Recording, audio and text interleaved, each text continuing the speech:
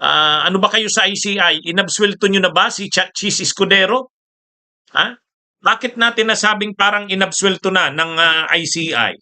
Bakit natin sinasabing inabsuelto na? Parang inabsuelto na ng ICI.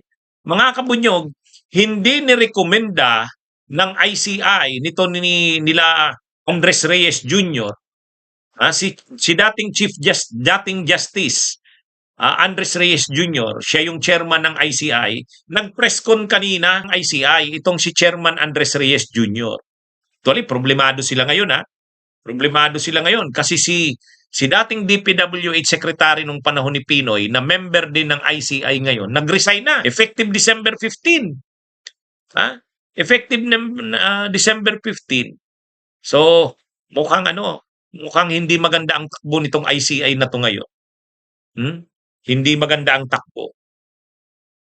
Hindi natin alam anong dahilan. Isi-separate topic ko yan, yung pag-resign na yan ni Babe Singson. Pero dito, focus tayo sa topic ko ngayon.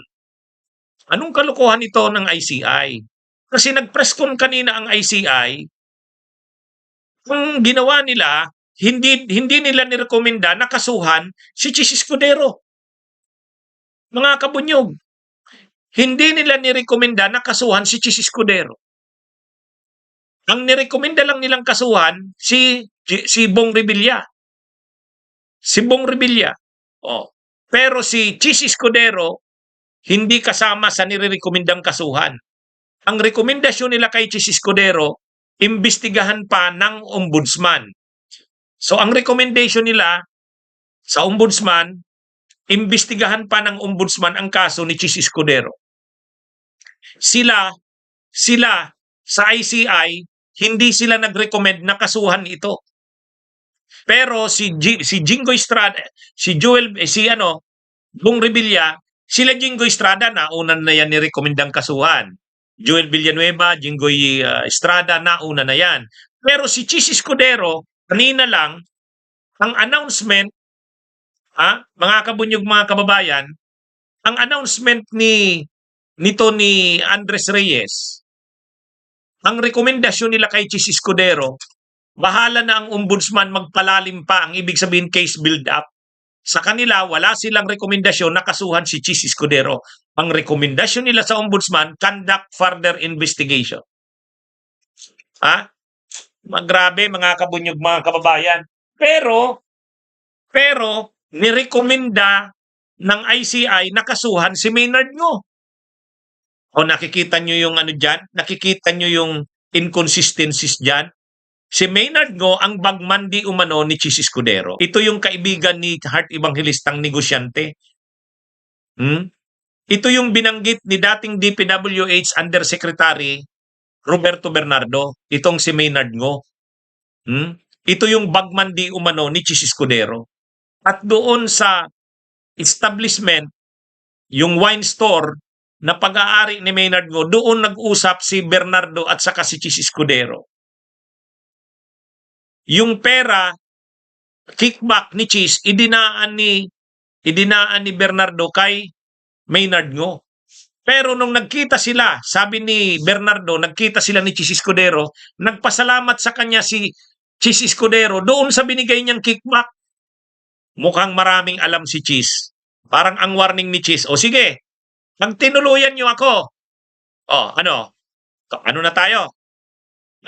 Talagang tutuluyan niyo ako. Yan yung problema dyan, mga kabunyo. Si Yusek Bernardo, dating DPWH Yusek Bernardo, sinabi niyang nakausap niya mismo si Chis Escudero. So hindi ito hindi indirect yung link. Sino yung pinaka-chief na testigo diyan? Si Yusek Bernardo. Dating DPWH Yusek Bernardo. Sino ang tinuturo niya? Ang binigyan niya ng pera, si Maynard Ngo. Pero para yun kay Chis Escudero. Nang nagkita sila ni Chis Escudero, nagpasalamat umano sa kanya si Chis Escudero. Kaya ito, mga kabunyog, mga kababayan? Napakalinaw ng koneksyon dito ni Chis Escudero. Bakit ang gagawin niyan? Bakit ang ginawa ni Reyes, Andres Reyes, ang rekomendasyon nila, hindi nila nirekomendang kasuhan si Chis. magpatuloy pa muna ang ombudsman sa case build-up. Oh, yan mga kabunyog, mga kababayan. Kaya ano ito, mga kabunyog, mukhang may tinatakpan ito. May tinatakpan ito. Siguro maraming alam si Cheese at nag-warning si Cheese, i-expose niya rin ang lahat niyang alam. Ha? Maraming tatamaan sigurado. Maraming tatamaan. Kaya actually mayroon ngang sinabi si Congressman Egay Erese. Kaya daw nag-resign si Babe Singson, hindi daw to gustong desisyon na ito ng ICI. Napalibrihin nga si Cheese. Bakit papalibrihin si Cheese Escudero? Parang ang nangyayari, ang narrative na ginagawa ng ICI kung anong sabihin ng palasyo. Oh. Kaya hindi maganda mga kabunyog. Hindi maganda. Si Bong Revilla kakasuhan. Pero si Cheese Escudero hindi pa. Pag-aralan pa daw muna, case build up pa. So pinasa muna sa ombudsman. Parang bahala na ang ombudsman mag-imbestiga. Napaka inutil ng desisyon na yan ng ICI. Mga kabunyog. Oh. Alam nyo, medyo sunod-sunod ang pagka-absuelto ni Cheese Escudero. Doon sa COMELEC, absuelto. Dito na naman sa ICI, absuelto. Yan mga kabunyog, mga kababayan. Paano mo masasabing walang matibay na ebidensya testigo kay Cheese? Ang pinakatestigo dyan, si dating DPWH Yusek Bernardo. Nakausap niya si Cheese Escudero. Nagharap sila mismo. At nung binigay niya kay Maynard Ngo, doon sa di umano'y bagman ni Cheese Escudero, binigay niya yung kickback na para kay Cheese Escudero. Nang magkita sila muli, pinasalamatan siya ni Cheese Escudero doon sa binigay niyang kickback na dumaan kay Maynard Ngo. Kaya ngayon, yung kredibilidad ng ICI, mga kabunyog, nasisira. Si Babe Singson, nag-resign na. December 15 effective yung resignation. Ayon kay Congressman Egay Erese, hindi na gusto daw ni Babe Singson yung nangyayari sa ICI na parang may mga inaabsuelto Parang sinasabihan na ng Malacanang kung sino ang mga sino ang itutuluyan, sinong iabsuelto. Mukhang nilakad ni Cheese ito sa Malacanang. Parang ganun. Kaya medyo frustrated si Babe Singson, di umano ayon kay Egay Erese. Ay, mga kabunyog, mga kababayan, nakaka-frustrate. Nakaka-frustrate ito. Si Maynard Ngo kakasuhan. Pero si Cheese Escudero, hindi kakasuhan. Sino ba ang boss ni Maynard Ngo? Di ba si Cheese Escudero? May testigo ba kay Cheese Escudero? Yes. Si dating Undersecretary Roberto Bernardo. Yan mga kabunyog, mga kababayan. Dito, masisira dito ang Malacanang. Alam naman natin kung gaano ka-close si Cheese Escudero kay Lisa Araneta. Tandaan natin, naalala nyo yung isang event sa Malacanang, kinuha pa ni Lisa Araneta yung kupeta. Yung wine na iniinom ni Cheese, kinuha ni Lisa Araneta, ininom. Natawa nga ang mga tao noon. Parang close na close si Cheese Escudero at si Lisa Araneta. O parang ang nga dito, kaya hindi noon matanggal-tanggal bilang Senate President si Cheese dahil ang lakas ng koneksyon niya sa Malacanang kay Lisa Araneta. Tapos ngayon na naman, nangyari na naman yan, naabsuelto na sa COMELEC. Ngayon na naman, maaabsuelto na naman dito sa ICI. Mga kabunyog, mga kababayan. Wala. Ano yung sinasabing walang paliligtasin. Basta't may ebidensya, kakasuhan. Ay, ang linaw, may ebidensya. Si Yusek Bernardo mismo. Di ba? Sa pagdinig ng Senate Blue Ribbon, doon kay Ping Lacson, malinaw, sinumpa ang salaysay ni Yusek Bernardo, binasa niya. Ang linaw-linaw ng papel ni Cheese Escudero. Tapos ngayon, dito sa ICI, wala na si Cheese Escudero. Ang sabi ng ICI, pag-aralan pa muna ng ombudsman. Bahala na ang ombudsman. hindi sila magre-recommend na kasuhan si Chis Escudero. Ang rekomendasyon nila, mag-conduct pa ng dagdag na investigasyon ng ombudsman. Kumbaga, yung case build-up, bahala na ang ombudsman. Hindi sila magre-recommend kasuhan si Chis. Ang nirekomenda nilang kasuhan ng ICI, si Bong Revilla, si Maynard Ngo, yun. Kaya, matindi. Para hindi maging masyadong obvious, ganun din ang rekomendasyon ng ICI kay Nancy Binay, saka kay Grace Poe. Ang recommendation din, hindi muna kasuhan si Grace Poe at si Nancy Binay. Okay, wala naman talaga kasing malinaw na ebidensya, testigo kay Nancy Binay saka kay Grace Poe. Hindi naman nakausap ni Yusek Bernardo. Pero si Chis Escudero nakausap 2 beses. Di ba? Kaya ito, ano na ito? Ito na nga yung ginagawang issue sa ICI. Na parang create ang ICI, sasabihin ng Malacanang sa ICI sinong tutuluyan, sinong palilibrehin. Ito na ngayon ang nangyayari. Di ba? Kaya ano ito, ngayon nag-resign si Babe Singson.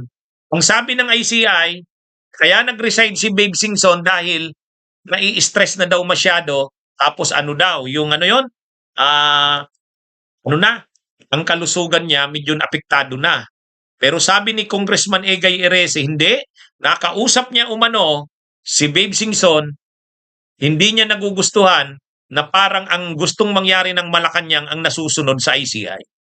Hindi niya gusto yun. Kaya yung kredibilidad ng ICI nasisira dito.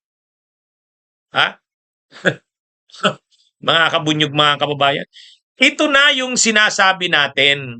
Kaya ako, nakikita nyo ako, pag tama, sinusuportahan natin. Pag mali at papunta na sa hindi maganda, pinupuna natin. Ganun tayo. Ganun tayo dito sa Insurrecto.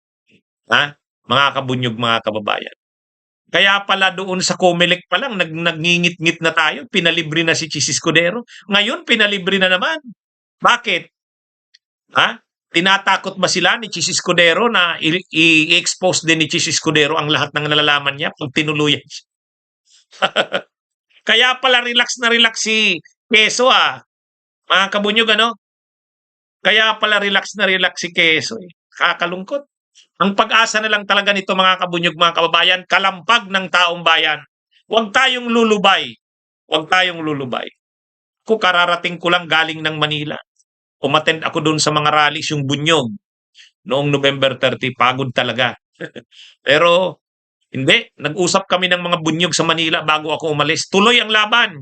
Hindi natin ito tatantanan, mga kabunyog, mga kababayan. Ano to nakakalungkot ang nangyayaring ito. Una, inabswelto ng Comelec. Ngayon na naman ICI. Hindi, sa tingin ko maraming alam si Chis. Siyempre, Senate President ka Kaya mga kabunyog, maraming alam. Kaya ako, i-pressure natin ang gobyerno. I-pressure natin ang Malacanang. Dapat ang Malacanang huwag makikialam dito. Hayaan nilang gumulong ang investigasyon. Mali Hindi maganda. Hindi maganda. Siguro kasi ganito Yan ang problema nung nangyari noong November 30. Ay di ba medyo nagkakaroon ng kiskisan yung mga nagrally sa Luneta at saka yung nagrally doon sa EDSA PPM. Kasi yung grupo ng EDSA PPM, yung trillion peso march nila Bishop Ambu David. Ay ikaw ba naman itong si Bishop Ambu David, criticize yung nandun sa Luneta, hindi maganda Nagsasagutan tuloy ngayon. Nagsasagutan tuloy ngayon. Parang ganito ang nangyari. Sino ngayon ang dyan? Yung mga sangkot sa korupsyon, tuwang-tuwa sila na hindi nagkakasundo yung nagrally sa Luneta at saka yung nagrally sa EDSA PPM. Dapat hindi na kasi nagkomentaryo nun si Bishop Ambu Ikaw ba naman? Bahala naman yung sa Luneta kung doon sila naman sa EDSA PPM. Pero huwag ka na magkomentaryo doon sa nangyari sa Luneta. Pare-pareho naman ang pinaglalaban Kaya nangyari na Ngayon, natutuwa ngayon ang yung mga kurakot. Kasi bakit? Ayan, nag-aaway na sila. Yung grupo ng nagrally sa Luneta at saka sa EDSA PPM, nag-aaway na. Parang ang tingin nila dyan, balik na naman sila sa korupsyon. Wag nating gawin yon. Huwag tayong mahati. Ano tayo, labanan natin ang korupsyon. Bunyog, bunyog, halikan na kasama ka. Bunyog, kapag buklod ay may pag-asa. Luzon, Visayas, Mindanao, isa ang pananaw. Sa bagong Pilipinas ang bunyog isisigaw. Bunyog,